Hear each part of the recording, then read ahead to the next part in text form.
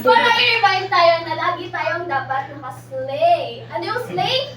Una, show respect to everyone in this class. Let's hear those ideas of yours. Always raise your hand if necessary. And you can do it. Ipakita mo sa amin kung sino ka. Again, ano yung kailangan nating i-remember dito sa class? Slay! Yes! Ayan. So, ang lesson natin for today ay Darwin's theory of evolution by natural selection. And ito yung sinasabi, tinatawag natin survival of the fittest. So, dito sa learning outcomes natin, sa dulo, we have to analyze 5 main points of Darwin's theory of evolution by natural selection. Second, we have to determine the importance of natural selection as a mechanism for species survival. And lastly, we have to demonstrate how a species could survive in a given environment. So importantly, ito lang yung parang summarization niya. So you students should be able to explain the currents of evolution. Okay, so let's play an icebreaker first. So, can you read what's on the board, everyone? What comes to mind? Okay, so what you're gonna do is you're gonna state a specific animal, any kind of animal that will pop in your mind first. After seeing the specific environments that will be flashing. So, are you ready, guys? Yes. Say, aba, syempre po! Aba, syempre po! Okay, let's go, let's try. On the count of 3, just spell it out, okay? Let's go. 3, 2, 1, go.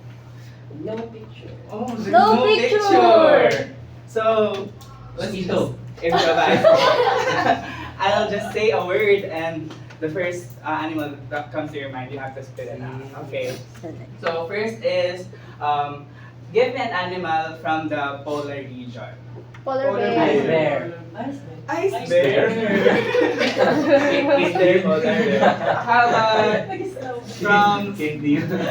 from the desert? Camel. Snakes. Yes. So last we have, what if we have a cave or a tunnel? Bat. Okay, nice. So I have a question. Let's level it up our game. So you're gonna say tumpak ganern if you're gonna say, if you think the species could survive in the environment that I'm going to share. So how about this? A penguin and in the desert. You say tumpak ganern if it could survive, if not, likwak ganern. Guwak Likwak ganern. Okay, next. Tumpak ganern.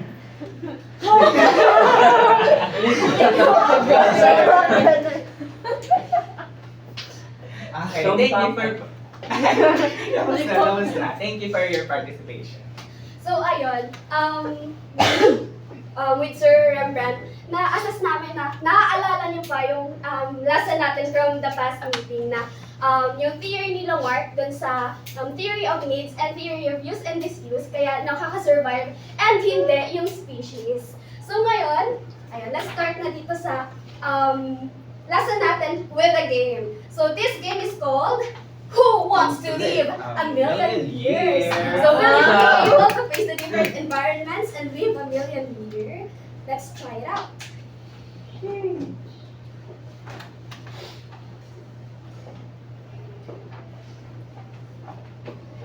Ayan.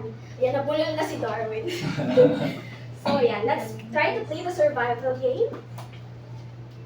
So in this game, kailangan lang natin makasurvive ng million years. From its name, Who Wants to Live a Million Years? So what we have to do is we have to choose 3 different species. So I have to call 3 different students who will choose 3 different extraordinary species from our screens, which you will be seeing later. Tapos, ang goal natin dito, kailangan ma-survive nila yun lahat. So, they have to survive, hindi sila pwedeng mamatay. So, let's go.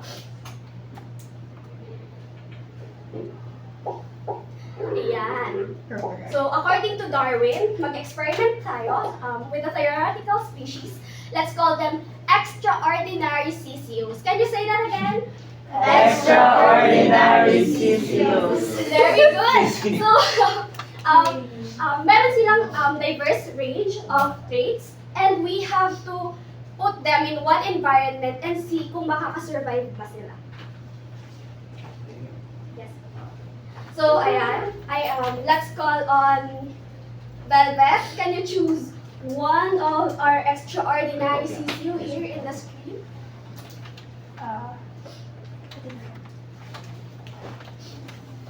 Less fur and then is top right.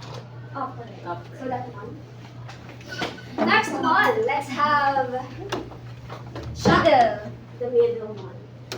So let's have more mutations. Yes, and The bottom left. the bottom. Yes. Okay, so now let's begin if these extraordinary CCUs will survive the different environments that will randomly pop up. Oh my god.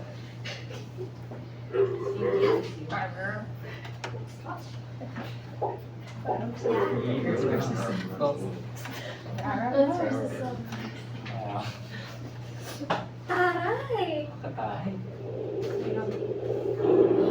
Oh, the volcano.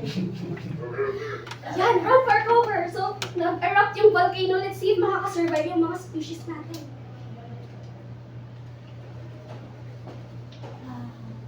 Ay, wow.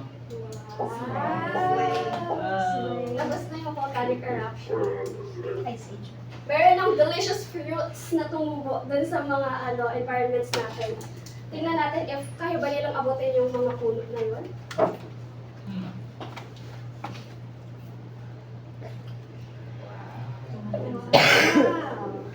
Uy, ano yan? Hala! Sabi ni Darwin, the only fear we have is fear itself, ha? So, ayan. Let's see if makakasurvive sila sa predator. Ay. Wow! Ang galing naman ng class emerald natin. So, ayun, nakasurvive tayo ng a million years. Pero, ano pa yung kinalaman ng game na to dun sa lesson natin? Ayan. So, I have a few questions. So let's analyze how the game worked. No. So, may I ask, what made the species, our extraordinary CCUs, survive in the game? So, anyone? What do you think made them survive in the consecutive environments? Yes. Their characteristics po. That's a nice answer. So, these species might have a specific set of characteristics that made them be the best versions of themselves so they can survive in their environment. So I have another question here. Do you think that all the organisms have the same characteristics at the start? So we chose different ones, but we also have to remember that they're all extraordinary CCOs, right? And how about during the end? What did we arrive the species? With the species? Yes. Naubos po yung ibang species. Dumami yung dati. Right. So naubos yung ibang species, meaning sila ay Ligwa. ligwak gunner. Hindi sila nakasurvive. Tapos naging same na lang sila. Hindi dahil nag-transform yung mga natin species. Dahil sila yung may kayang mag-survive doon sa ating environment. Lastly, what do you think if we put a single species with a different set of characteristics, would it outnumber the entire population over time? Kunwari, madami tayong, kanina di ba maraming stripes, may mga spikes, fur, ganyan. So, paano pag naglagay ako ng, horizontally challenged, tapos short legs lang siya. Do you think makakasurvive siya dun sa volcano, makakasurvive siya dun sa predator. Do you think makasurvive siya? No. Hindi makakatakot. Yes. That's a good take on that. So lastly, if the population is full of ideal species in a particular environmental situation, will they still decrease in number significantly? So kunwari, nakita natin kanina, di ba, may nag-grow na malalaking plants, di ba? Nag-grow na malalaking plants, tapos luckily they have long legs. Yes. Ooh, ganon. They have long legs, so they're able to reach out, di ba? They're able to reach out for the plant. So, however, do you think kaya pa rin nilang mabawasan? No. Idea din. Paano kapag naubos na yung plants? Hindi na idea. Diba? Okay, let's try to find out later. So, lastly, do you think the species during the early years are related to the species in the latest population? Let's say dun sa year 1 natin, di ba? Sobrang daming, nangyari. Year 1, dami nating variations. And for the last year, we have only a single identical set of extraordinary species. So, do you think they're still related to, sorry? I see someone nodding. Yes. So, bakit ba natin to kailangan pag-aralan? Kasi, before, back then, may nakapag-isip na rin yan, na parang, what if, what if related talaga sila, di ba? What if related yung, nasa year 1, related yung nasa 1 millionth year. So, we will be talking about Charles Darwin. So, sino ba si Charles Darwin? So, Charles Darwin is a British naturalist who believed that all species evolved from common ancestors. So, how did he, during his time, his parents wanted him to pursue medicine, but no, he likes doing stuff for the environment, to research more fossils, for plants, for more on geological advancement. So, what he did when he was 22. So, isipin nyo pag 22 kayo, ganyan, ang mga nagagawa niyo ng 22 ay siguro nasa 4th year na kayo dito sa inyong college, di ba? Sa 4th year na kayo. Pero si Charles Darwin, nung 22 siya, ay gusto niyang gumala at pasama siya sa isang voyage nung sasakyan na Beagle. So, So, basically, the voyage is about to chart poorly known stretches of the South American coastline. It is basically the purpose of the trip is to go around the globe and specifically to circumnavigate the coast of Southern America. And during that trip, si Charles Darwin ay nakapunta sa Galapagos Island. So, saan ba yung Southern America natin? Southern America natin dito. Nasaan yung Southern America natin? Kulang pa. Diba? Saan yung America? Diba dito yung America natin? Yung Southern America. Then, dito, may island dito na ang tawag ay Galapagos Island. So, ang Galapagos Island is near the coast of Ecuador. So, what he observed there are the animals there have different traits, but they have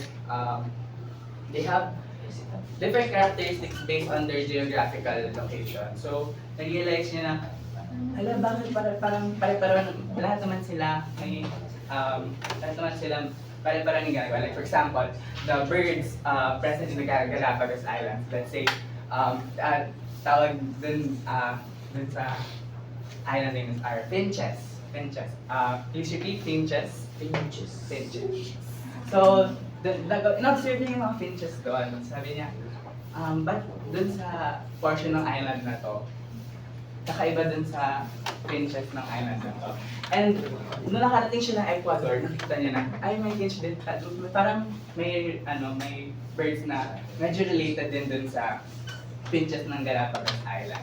And he realized na hindi known to other parts of the world yung finches na nakita na sa Galapagos Islands. So, na-realize, ba't kaya napunta sa Ecuador? Ganyan. So, doon nag-spark yung bright idea sa kanya na, alam what if parang they came from a common ancestor, ganyan. So, he delved into it, and little did he know, we have another person that I'll be introducing to you, Alfred Russel Wallace. So, sino ba si Alfred Russel Wallace? So, he had a manuscript, and he studied in di ba si Charles Darwin ang observations niya is from the Galapagos Islands. Si Alfred Russel Wallace naman ay sa Southern Pacific Islands naman sa Panay Archipelago. So, ang ginawa niya is, after yung observations niya, nagpasa siya ng manuscript kay Charles Darwin. At yun na, ay pareho pala tayo din. Ganon. Tapos, after that, next slide. So, after that, Charles Darwin became more motivated to finish studying about on his observations. So, anong nangyari niya? Gumawa siya, in just 1 year, nakapag-publish siya na isang libro called On the Origin of Species by Means of Natural Selection. And tatanungin niya, bakit si Darwin lang yung gumawa, bakit si Darwin lang yung, napapansin niyo kanina dun sa intro natin ng Darwin's Theory, dalawa naman sila, di ba? So, ang decision ni Wallace, since ang ang majority ng idea ay pinropose ni Darwin, so, hinayaan na si Darwin ang ipangalan under sa kanya yung na-publish na book. And fun fact na hindi pa nagagamit yung word na evolution yung time na yon. So, gumagawa ng theory si Charles Darwin, pero may specific term siyang ginagamit. And that's the term na descent with modification. Di ba? Ang haba ng time na yun. Social, descent with modification. Pero sa modern times, ang term natin is evolution, di ba? So, pero, in connection to the origin of species na po, fun fact, evolution, the word evolve is the last word dun sa libro.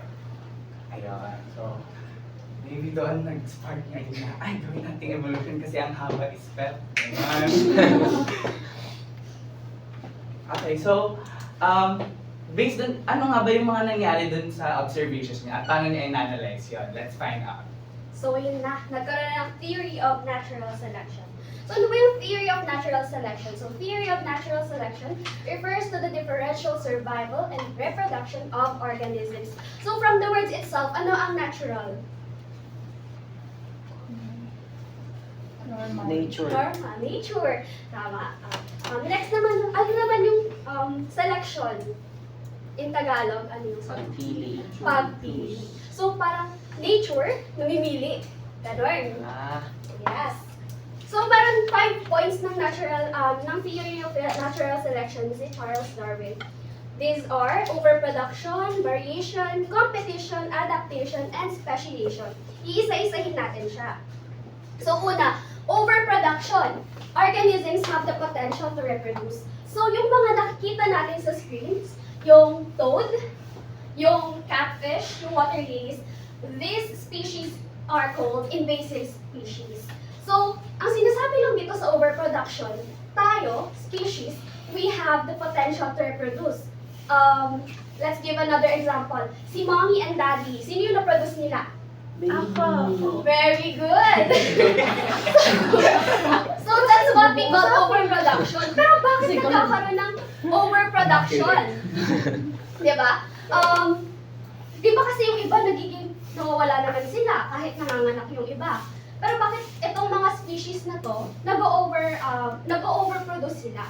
The reason why is because of the environment na nag-live sila. They thrive on that environment and walang masyadong predators dun sa environment nila. So next is the variation. So variation naman, from the word itself, vary. So nagkakaroon ng differences. So organisms have different traits and no individuals are the same. So let's see. Zolai, are you the same with Mark? No. So kahit same tayo ng species, we're Homo sapiens, right? So even though we are in the same species, magkaiba pa rin tayo ng traits. So, Camila, can you state the different traits between Mark and Zolai? Ano po yung ano ni mo? Yes. Siyempre, babae po siya. Yes. Ay. Tangkad po ba? Sakto lang. Yes. So those are the differences that you can see between two same species. So that's variation. Next we have competition. So ayun, what do we mean by the word compete? Yes, Rain? To fight for a resource. Yes, to fight for a resource. And that's what we have for the meaning of competition. Organisms compete for limited natural resources. So for example, we have rain and we have ants. Tapos we only have a food here. Tapos let's say that you're gutom na gutom. Let's say that ayun yung situation. Magpaparaya ba kayo or you have to compete? Compete. Compete. Depende sa food, ma'am. Depende sa Let's say sa wild breads. Hipon niya inyo. Go. Go! So ayun, in order to survive, di ba kailangan natin ng food? Therefore, nagkakaroon ng ng competition. And hindi lang sa food nagkakaroon ng competition. We have other animals na nagko-compete para sa girl. So, di ba, in our Filipino culture, merong mga, let's say guys, pag nanliligaw, minsan they have to compete for the one girl na pinuperson nila. So, that's competition. Next, we have adaptation. So, adapt. What do we mean by the word adapt? Ampon, ma'am. What? Yes, that's a nice idea. But how about the others? Or meron pa may isip yung iba sa word na adapt? Yes? To better fit po their environment. Yes, to better fit the environment. So, that's the word we are looking for. Or that's the meaning we are looking for. So, dito sa adaptation, the organisms change. They adapt to their environment to survive. So, what we have here in the screen, do you think this photo and that photo, iisang species sila or parehas lang sila, let's say? No. Kasi ang laki ng difference, di ba? This one, ang may legs siya. How about this one? Meron ba siyang legs or wala? Wala. But, they are both whales. Yes, they are both whales. Nag-evolve yung whales because the whale have to adapt in its environment to survive. So from terrestrial, naging aquatic siya kasi andun yung food resource niya sa water. So over time, nag-change siya. So nawala yung limbs niya. Ang napalit sa kanya is yung tails niya, na-develop yung tails niya in order to swim and find food dun sa water. So that's adaptation. Nag-adapt siya from terrestrial to aquatic. Next we have, and this is the last one, speciation. So organisms form a new distinct species. So dito, finches naman siya. So this one bird, isang species siya, pero ang daming naging species. Kasi yung, ano yan? Yung beak nila, it have different, meron siyang different functions. So yung iba, nagpepek siya ng wood, yung iba, kumukuha siya ng seed, yung iba, worm, sabi ni ants. So, next. Ayan. So, survival of the fittest. Bakit sa tingin nyo na-connect yung survival of the fittest dun sa natural selection? Anyone? Kung sino, Yes, kung Rishi? sino po yung mas nakaka-adapt, ma'am. Yes, very good. From the word itself, the fittest. Kung sino yung may strength, may fit, is fit dun sa environment, ay magsasurvive. So, doon ang galing yung survival of the fittest. Next. Ayun. So, how will we apply it in our current environment? So, di ba meron tayo mga species na existent up until now? Tayo, nagsusurvive tayo kasi nag-a-adapt tayo sa changes in our environment. Meron din tayo extinction. So, meron bang nakakaalam sa mga animals na extinct na? Dragons. Extinct na sila. So, ayun yung mangyayari. You're not a survivor. Hindi sila nag-adapt. Ayun. Their fault. So, next. So, meron din tayong tinatawag na endangered. So, sila yung konti na lang. So, anong animal yung sa tingin yung endangered na dito sa Pilipinas? Philippine Eagle. Philippine eagle. Very good. So, ayun. Hindi sila ganun ka naka-adapt dun sa environment nila. Alright, so tapos na tayo sa ating concept. Tingnan natin kung may natutunan tayo.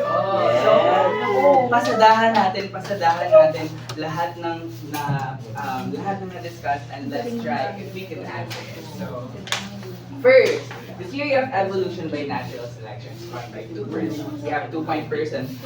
First, his observations are obtained from the Galapagos Islands. So anyone who wants to answer, yes, Mark. Charles Darwin. Tama ba si Charles Darwin? Very good. So, for the second one, his observations are obtained from the Malay Archipelago. I heard that answer. Wallace. Period. You're correct. Alfred Russel Wallace. So, we mentioned earlier that the word evolution from the origin of species book were not really used. So, what was used by Charles Darwin in the book? Anyone? Something modification? Lapit na, Something lapit na. method modification. Descent. Haba, di ba? Ngayon ang word na natin ay Evolution. For the 5 main points naman ng natural selection. First, we have the organisms compete for limited natural resources. Ano kaya yun? Competition, right? So, the next one, organisms have different traits. No individuals are the same. Anyone? Variation. That's correct. Third one, organisms have the potential to reproduce. I Overproduction. heard that answer. Yes, thank you. Fourth, organisms change. They adapt to their environment to survive. Adaptation. Correct. Last one, organisms form a new distinct species. Speciation. Ayan, may masasagot na sa exam. Yay! So now, iiwan namin kayo ni Sir Rembrandt ng quote na, you can't evolve unless you are willing to change. So in order for us to fit in an environment na pupuntahan natin, dapat willing tayo na mag-change. Kabog! Next, ay homework!